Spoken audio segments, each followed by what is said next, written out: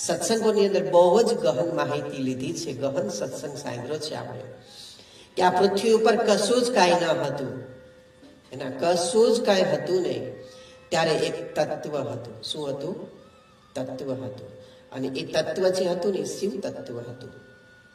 એમાં અરબો ખરબો વર્ષ સુધી ઓમની ગર્જના ગુંજી, ઓમની ગર્જના ગુંજી, અને એમાંથી એક વિસ્ફોટ થયો, અને એ વિસ્ફોટમાંથી એક નાદ અને બુંદનો રણુકાર થયો, નાદ અને બુંદની શક્તિઓ થઈ.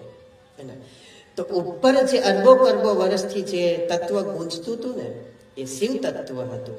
શિવ તત્વ માને તો કે બીજ તત્વ. કયું તત્વ? સીમન તત્વ. તો એ તત્વ હતું. અને શિવને અને ગુરુને જે કોઈ ભેદ રાખે શિવમાં અને ગુરુમાં, એ મોટામાં મોટો મહામૂર્ખો કે એવું વેદો પણ કહે છે, અને સંતોની પરાવાણી પણ ભાગતી હોય છે ઘણી વાર.